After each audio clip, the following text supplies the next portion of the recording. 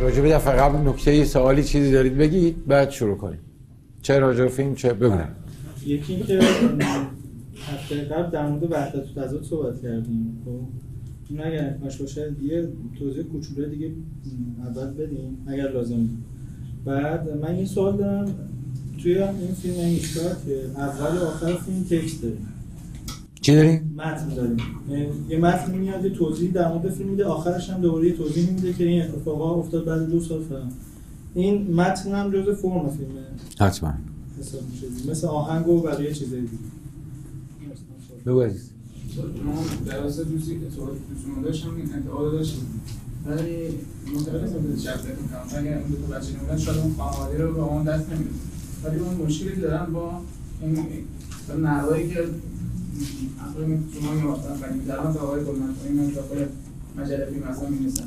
من با نفس جدید که من فیلم جدید می‌بینم اصلا نمی‌تونم این فیلم قدیمی رو ببینم. اصلا تو شما مثلا در خانواده میگم خود این چجوری شده بهترین فیلم تاریخ سینما. این مثلا کازابلانکا چجوری شده عاشقانه ترین فیلم مثلا تاریخ سینما. این فکر می‌کنم شاید به روز نیست اصلا. لبخند. آره متراژ یک شما میگم چند تا قدیمی رو صحبت کردم. منظورش این نیست که شما فیلم‌های جدید یا امثال شما فیلم‌های جدید ببینید. همین چه من میگم حالت نوستالژی داره شاید برای مثلا شما با حالت جسارت نداره مثلا. یه مقاله کویلو داره به اسم چرا باید کلاسیک ها را خواند. خواهش می‌کنم اینو بخونید. قصه حالا از سینما یه ذره بیایم بیرون دوباره برگردیم به سینما. یه شعر خوب امروزی میشنوید و اصلا عادت به شعر دیروز هم ندارید. یعنی کلاسیک ها پشت شما قرار ندارن و فکر کنید شعر یعنی همین چیز شلوغ پلوغی که الان شنیدید. سلام. خب متر کافی برای لذت بردن از هنر رو نداره. یا یه موسیقی از این موسیقی‌های لس آنجلسی یا تلویزیون ما که فرقی هم نداره که همه جا بمباران میکنه مغز تو، از اینا میشنوی و میگی خب یعنی چی دیگه؟ باخ شنیدن یعنی چی دیگه؟ دیگه لذت نمیبری از باخ. گوشت فاسده، یعنی گوشت غذای ناسالم بهش دادی سر جاش نیست. نظر فرم سر جاشه، نظر محتوا. نظر فرم سر جاش نیست برای اینکه فرق بین زلموزنون به این قمیشی مامیشی ها رو که دیشبی که دوستای ما آورده بود گفت یه چیز جدید آوردم میخوام گوش بدی، فاجعه است واقعا. یعنی نظر فرم فاجعه است. پسر منم خودش سیاوش خامشی دوست داشت، بهش گفت خب این چی آخه؟ این که موسیقی نیست. موسیقی معنی داره، مثل ریاضیاته.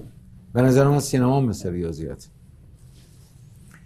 وقتی گوش اینطوری سر جاش نیست و بی تربیته، تربیت نشده، غذای سالم بهش ندادی، وقتی چشم اینطوره،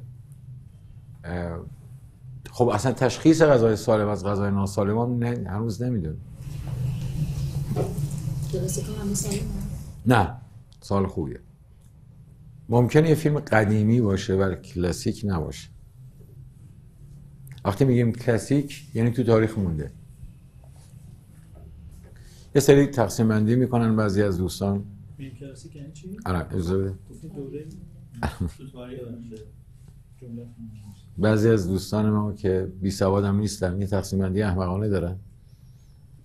با سواد هم هست، رفیق من میگه که کلاسیکا قطعی هن، پایانشون قطعیه، مدرنا پایانشون قطعی نیست. این یکی از مبتذل ترین تعریف هاییه که میشه راجع به کلاسیک و مدرن استفاده کرد. جان؟ نه با سواد تر است. حالا بلش کن. کی؟ اونیش کن سواد نداره. سعید حقیقی اون با سواد. تعریفش راجع به کلاسیک و مدرن اینقدر فاجعه است. آره این خیلی مبتذل تعریف.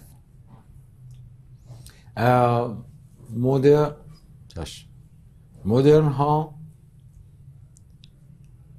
حالا نمیخوام برم تو تعریف مدرنیسم و جهان غیر قطعی مدرنیسم رو بگم و ظاهرا جهان قطعی کلاسیکا رو. ابداً بریم توی فرهنگ خودمون، از مولانا مدرن‌تر من نمیشناسم. اونایی که یه ذره مولانا رو بشناسن میفهمن حرف من خیلی درسته. مولانا به شدت مدرنه، گاهی پست مدرنه. اصلا از این چیزایی که دوستان میپرستن از این واژه ها بگم، گاهی هم پست مدرنه. جهان بینیش هم اینطوره، جهان بینیش هم منجمد نیست، تا امروز هم زنده است. یعنی تا امروز زنده است، یعنی حریف مدرنیسم میشه، بی خود زنده نمونه که با تعارف و سلام و صلوات که نی، حریف دنیای امروز هم میشه. منتها ما خب وقتی مولانا نمیشناسیم، با یه شعر سطحی قلابی امروزی به وجد میایم یا هی تکرارش میکنیم، خب من چه وصیت بکنم راجع به مولانا؟ بنیامین بهتر یا مولانا؟ خب حتما بنیامین دیگه. یعنی ابدا ما با یه چیز جدی ریشه دار مواجه نیستیم. کلاسیک ها امتحانشون رو تو تاریخ پس دادن. یعنی حافظ، مولانا، از اونور شکسپیر، خیلی های دیگه امتحانشون رو پس دادن تا امروز زنده موندن. هنوز تو انتخاب‌های جدی مجلات تو 5 سال اخیر هیچکاک و فورد مقام اول و دوم داشتن. تو همین دنیای پست مدرن امروز با همین انتخاب‌های جوانای امروز بیشترین رأی و هیچکاک و فورد آورد. نه پدرخوانده آورده، نه ایناریتو آورده، نه این چیزای یه بار مصرفی که نه این فیلم اسکاریه رو نمیدونم دیدین یا نه؟ مال آرنوفسکی، اسمش چیه؟ آواز قوی سیاه. همین رفیق ما به قوی سیاه داده 4 ستاره. فاجعه است اصلا. یعنی دوستان یه جوری امروز زده شدن، یا دقیق‌تر بگم اکنون زدن. فکر می‌کنن هرچه که مماس باشن با آخرین تحولات، یعنی اینکه خودشون هم دیگه با آخرین تحولاتن دیگه، یعنی خودشون هم همونن. اینطور نیست. قوی سیاه فیلم به شدت کوچک، متوسط و از یاد رفتنیه و سرگیجه هیچکاک یه پلانش میارزه به هیکل قوی سیاه و همه غول‌های سیاه. غول گفتم من. یعنی چی میارزه؟ یعنی که از نظر فرم جا داره که لایه‌های مختلف فرمیشو در بیاری. فرمی که به سرعت به معنا تبدیل میشه، فرمی که در فرم نمیمونه، چون فرمی که در فرم بمونه فرم نیست، ما قبل فرم. فرمی که به معنا تبدیل نشه فرم نیست، فرم بازی ما قبل فرم. نظر فرم قطعا تو تاریخ سینما هیچ کس به اندازه هیچکاک و فورد نیست. و اگر اینا پشت ما قرار نگیرن، متر نداشته باشیم که امروز رو ببینیم و بسنجیم، آدمای سطحی به روز چطور به روز بودن اونم قلابیه. کسی میتونه امروزی باشه که دیروز پشتش قرار گرفته باشه، مگر امروزی نیست. مثل اون جمله رمبو که میگه که مطلقاً باید مدرن بود. یعنی چی مطلقاً باید مدرن بود؟ آقای کیارستمی برای توضیح کتابچه خاطراتش به اسم حافظ جمله اول رمبو رو گذاشته، مطلقاً باید مدرن بود. عرض میکنم همین رو میخوام بگم. مدرن ناشی از مدرنیزمه. یعنی اول مدرنیزم به وقوع میپیونده، اتفاق میفته در جامعه و این اساساً توی ساختارهای اقتصادی اتفاق میفته. یعنی جامعه ما قبل سرمایه‌داری، جامعه ما قبل صنعت و تکنولوژی جامعه مدرن نیست. جامعه کالایی، جامعه فئودالی جامعه مدرن نیستن، جامعه ما قبل مدرنیه. جامعه‌ای که با صنعت شروع میشه و سرمایه‌داری و دموکراسی و فرهنگی که ناشی از ایناست، جامعه مدرنیه که با اصول قبل از خودش اختلافاتی داره و اتحادهایی داره. ما وقتی فرق بین اینا رو ندونیم و فکر کنیم که از لحظه‌ای که ما 21 گرم دیدیم دیگه مدرن شدیم، وقتی هیچکاک دوست داریم دیگه کلاسیکیم، این خیلی عقب افتادگی فرهنگی. ما تو سینمای کلاسیک هم فرم هایی داریم که از فرم های امروز که خیلی از شماها رو کله پا میکنه جلوتر. شما 7 شانس باستر کیتون رو ببینید. روایت های غیر خطی سینمای کلاسیک هم وجود داره، فقط تو مدرنا نیست. و توی فرهنگ ما هم این روایت های غیر خطی هست. تو مولانامون هست، تو قرآن هست. این نیست که مدرناهای فکر کنن چون مدرنن و دارن روایت غیر خطی میکنن، منقطع دارن قصه میگن، پس دیگه دارن شاخ قولو میشکنن. از این خبران نیست اصلا. امروز آخرین کتاب هایی که راجع به هیچکاک در اومده، از مقاله‌ای که ژیژک دیگه پرچمدار سوپر پست مدرن متفکر امروز، که به نظر من خیلی از نوشته‌هاش هم دریوریه، بعضی نوشته‌های جدی هم داره، راجع به هیچکاک میگه که یک فیلسوف پست مدرن، از مدرن هم اونورتر. به نظر من هیچکاک کلاسیکه و چون کلاسیک راستینیه، عرض میکنم امروز رو هم از پسش برمیاد. یعنی مدرنیسم رو هم بسیاری از روایت‌های هیچکاک مدرن، هم در فرم مدرنه هم در نگاه مدرنه. بعضی از فیلم‌های برگمان فیلم‌های کلاسیکی هستن، دنیای کلاسیکی دارن، فرم کلاسیکی دارن. بسیاری از فیلم‌هاش هم مدرنه. اصلا اینطوری نیست که یه آدم به همین سادگی بسته‌بندیش کنیم، باکس بندیش کنیم، بگیم این کلاسیکه، این مدرنه. و چون ما خیلی رو به جلوییم که اصلا نیستیم، هیچ انسانی به این معنی رو به جلو نیست، ما طرفدار مدرنایی. من میگم چرا پست مدرن نیستیم پس اصلا، همینجوری بریم جلو دیگه. مثل کیمیایی که میخواد بره عقب دوبلم میکنه، سیاه‌سفید هم میگه برمیگره به سینمای صامت. من میگم همینجوری بریم جلو، ارداش یکی ها، چون عقب رفتمون همونه، چه این جلو رفتن اولوی همونه. واقعیت اینه که پوزی که مدرنا میدن 2 تا پوز اساسی دارن. یکی که دنیاشون دنیای قطعی نیست، برخلاف کلاسیکا که بهشون نسبت میدن دنیای قطعی دارن. چی گرفته است؟ از کجا؟ یه خود از گذشته، یه خود از چیزایی که من خودش کنم. خب این بوی سیاه نمیتونی بگی که دقیقه خود فیلم سازی. خیلی خوبه. بوی سیاه چند نفر دیدن؟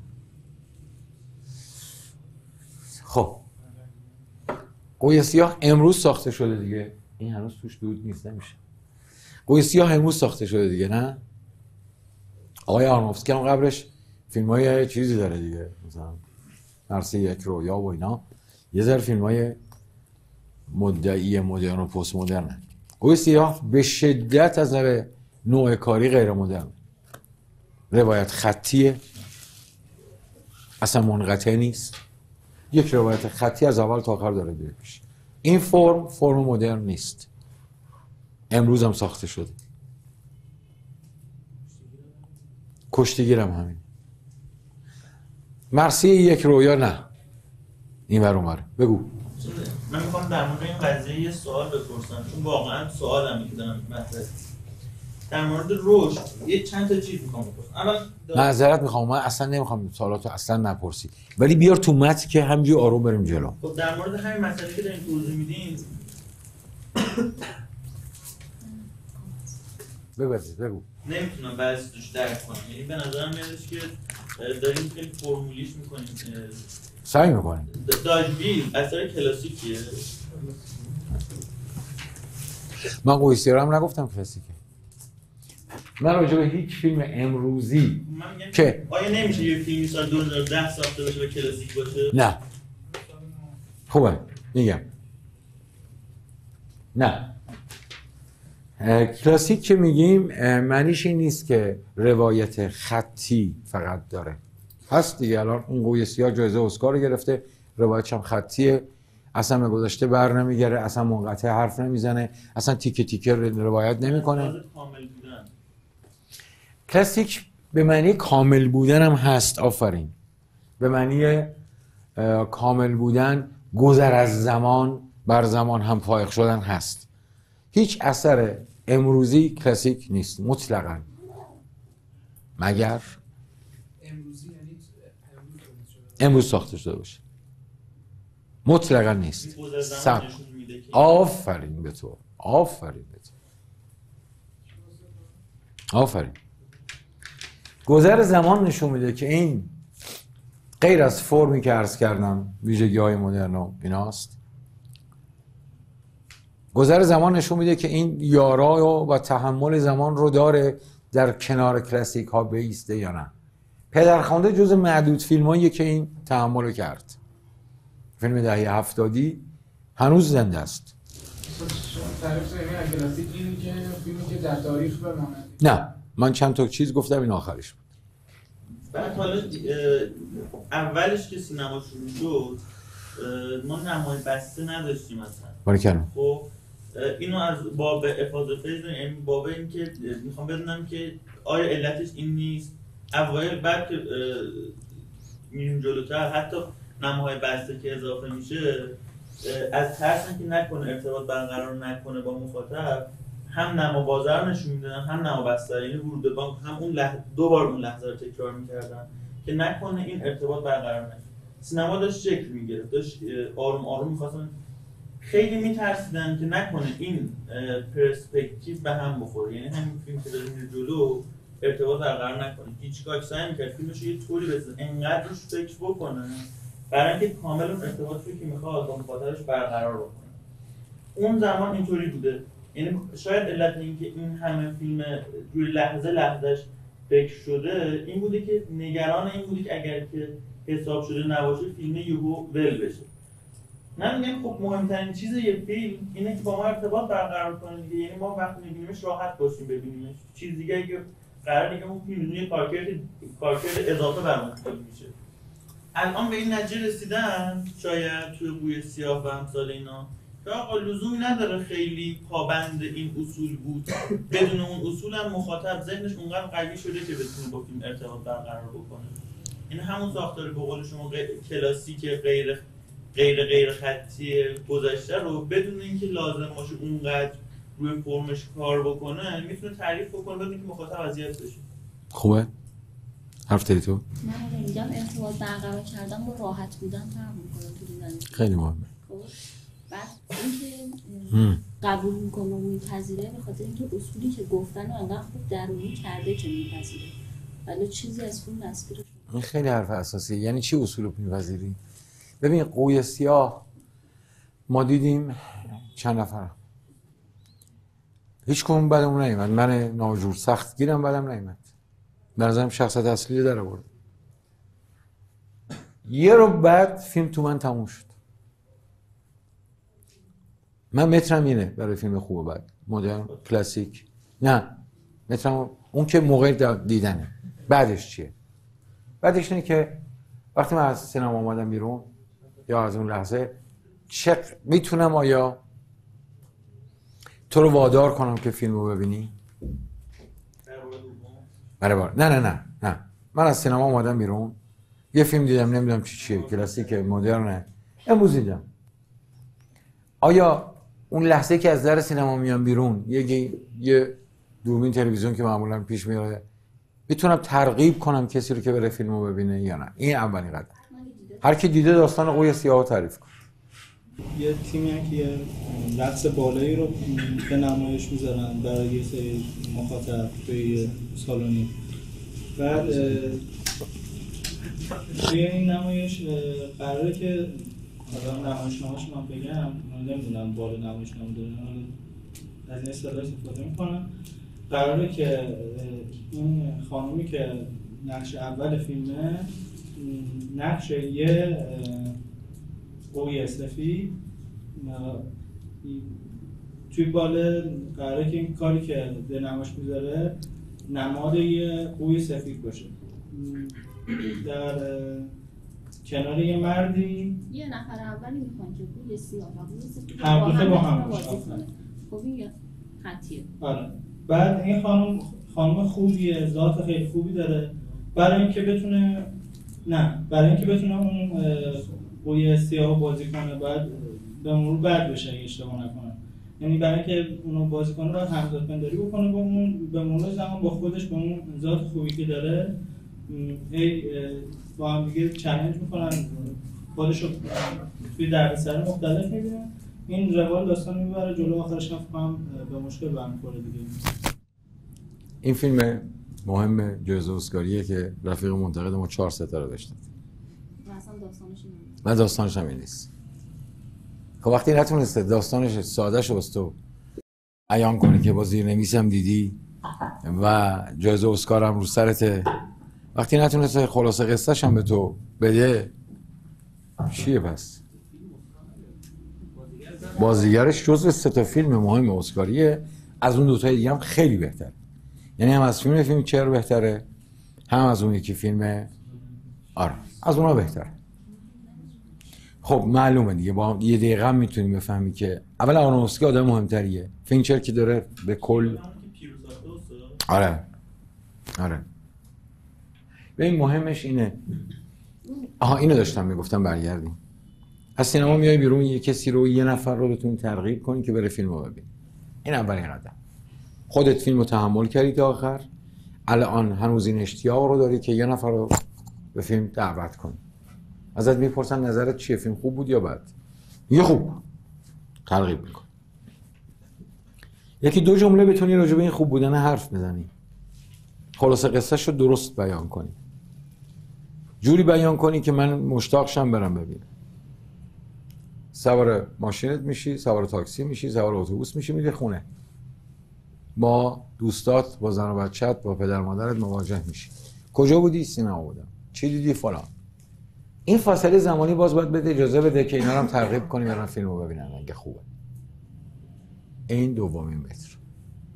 بعدیش اینه که در زمان 1 هفته بعد هنوز این اشتیاق رو داشته باشی. فیلم با لحظه پایانش تموم نشده باشه. اکثر فیلم‌های خوب، حتی فیلم‌هایی که از نظر تکنیک خود جریان داشته باشه این داستانش. خب آره منتها نسبی بودنش از یه جایی.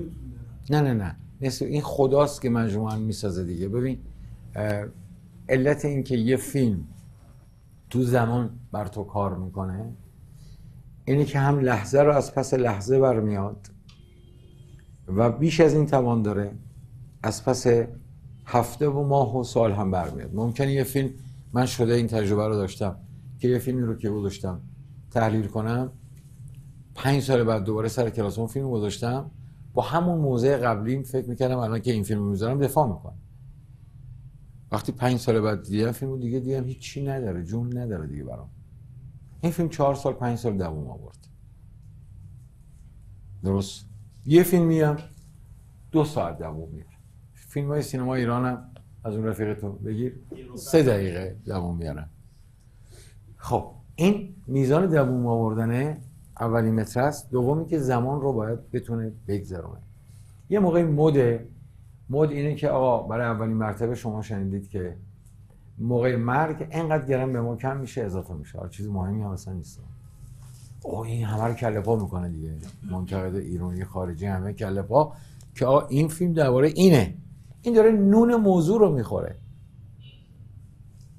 کی نون خودش رو میخوره؟ موقعی که مستقل از این موضوعش با من کار کرده باشه. فرمی که محتوا ساخته باشه. حالا بتونم بگم که این کم شدن وزن من موقع مرگ چه اهمیتی داره؟ اصلا ربطی به داستان نداره. این کار کردنه باید فرم کار کنه یا محتوا؟ این خیلی سوال خوبیه. باید فرم با ما کار کنه یا محتوا؟ جوابش اینه. فرمی که محتوا ساخته با ما کار کرده. میکنه. خب اگه بگیم محتوا درسته دیگه. بگی محتوا درسته، منتها تو ایران نگی محتوا.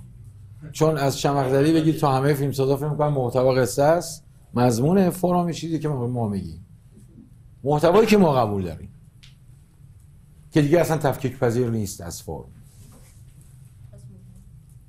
پس محتوای آره برای تو محتواست. محتوایی که فرمش اجازه یعنی رسوب اونو اومده بیرون. محتوا با همون معنی که تو میفهمی و من میفهم. آره. آره. من هنوز قانع نشدم. یعنی من باید دستم بیاد که این ملاکی که میگید شما یعنی چی؟ خب این که میگید من از در سینما میام بیرون، من جای این معنی میذارم که شما یه انسان، یعنی روی این انسان تاکید میکنم. یه انسان شرقی با تمام خصوصیاتی که داره، مختصاتی که داره. این انسان شرقی داره درباره یه فیلم واحد حرف میزنه. خب یه فیلمی که برداشتاش قبول متهم که متکثره، اما فیلم یک کسب واحد. شما انسان شرقی با تمام ایدئولوژی هایی که آی فراستی داره میاد و میگه این فیلم من تاثیر نداشت یا تاثیرش 1 ماه 2 ماه. این چه تضمینی داره این ارزیابی شما رو تأمین بدم برای کل جهان، به همین که برای اون انسان غربی با تمام حالا ایدئولوژی که ما اشتباه میکنیم. خیلی حرف خوب. یعنی من فقط میفهمم از این شخصیت بیارم بیرون. خوبه. خوبه. مثلا همین رأیگیری که شما گفتین اگه هیچ مشتاق و فورد رأی نمی آوردن مثلا شما دفاع می‌کردین؟ من قبل از اینکه رأی بیارم دفاع کردم. اصلا متر خودم هم من منتها خودیه که به شدت قانون داره. ببین داستان اینقدر وج باز نیست که بگن که آقا مثلا تو این رأیایی که میدن، ستارهایی که میدن، یکی داده یه منتقد همه رو داده 4 ستاره 3 4 فراستی هم همه رو داده 0. این چی آخه؟ اینقدر سلیقه شخصیه؟